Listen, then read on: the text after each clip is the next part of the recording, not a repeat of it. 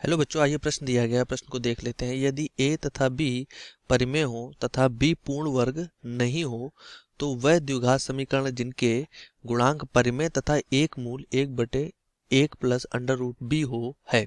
पहला ऑप्शन दिया है x square minus 2ax plus a square minus b equal to 0। दूसरा दिया है a square minus b x square minus 2ax plus 1 equal to 0।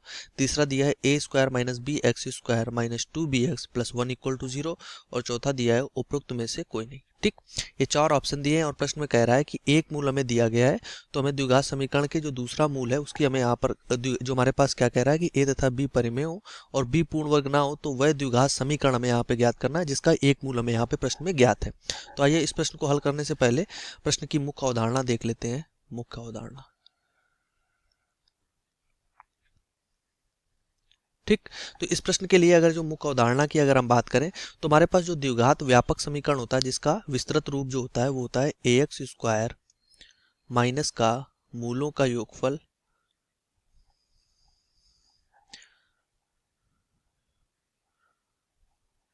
गुणे में x और प्लस मूलों का गुणनफल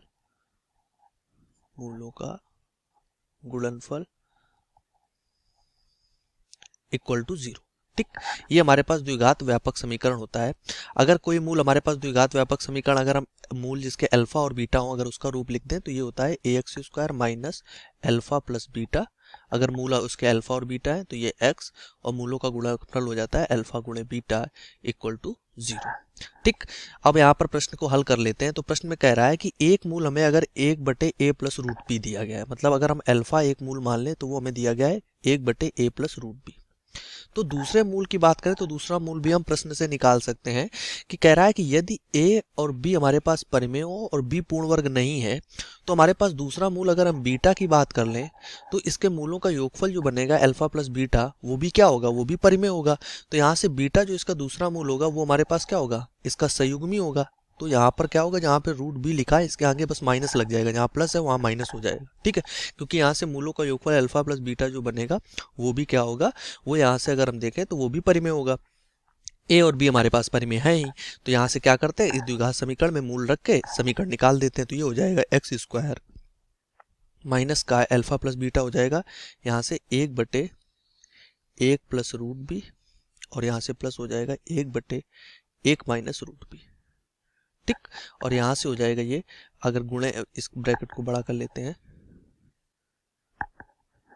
और यहाँ से हो जाएगा प्लस मूलों का गुणनफल, और मूलों का गुणनफल हमारे पास हो जाएगा 1/1 प्लस रूट बी और a माइनस रूट बी और इक्वल टू चल रहा है 0। ठीक है, अब इसको यहाँ पर हल कर लेते हैं। तो यहाँ से आगे अगर इसको हल करते हैं तो ये हो जाएगा एक्स स्क्वायर प्लस वहाँ पर हम एलसीएम ले लेंगे। तो एलसीएम अगर हम यहाँ पर लेते हैं तो ये देखोगे a प्लस रूट बी है, ये a माइनस रूट बी, मतलब a plus b a minus b, तो a square minus b square. तो a square minus b square करेंगे तो b का रूट हट जाएगा, इधर गुणा हो जाएगा तिर्यक में, तो ये हो जाएगा a माइनस रूट बी और ये हो जाएगा a plus root b. Root b से रूट बी हम यहाँ पे कैंसिल कर लेंगे। ठीक, और यहाँ से हो जाएगा गुणे में x और प्लस हो जाएगा वहाँ पर फिर हमारे पास सूत्र लग जाएगा a plus b a minus b का, यहाँ पर नीचे वाला हर में।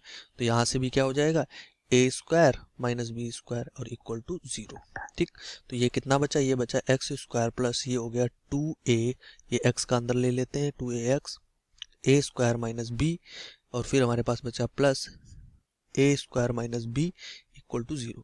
अब a स्क्वायर माइनस बी पूरे से हम एलसीएम ले लेते हैं, तो ये हो जाएगा a square minus b x square और यहाँ पर हो जाएगा प्लस 2ax और प्लस यहाँ पर हो जाएगा अगर देखें 1 और इक्वल टू 0, क्योंकि यहाँ से a स्क्वायर माइनस बी जो आएगा वो 0 में गुणा हो जाएगा। तो यहाँ से हमारे पास द्विघात समीकरण जो बन गया वो बन गया a square minus b x square plus का 2ax प्लस का 1 इक्वल टू 0, जो कि इस प्रश्न के लिए यहाँ पर आंसर हो जाएगा कि हमारे पास जो द्विघात समीकरण होगा वो a square minus b x square plus 2ax plus 1 equal to 0 होगा।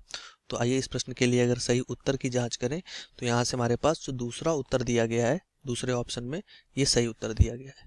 ठीक है, तो आशा करते हैं इस प्रश्न का उत्तर आपको समझ में आया होगा। धन्यवाद।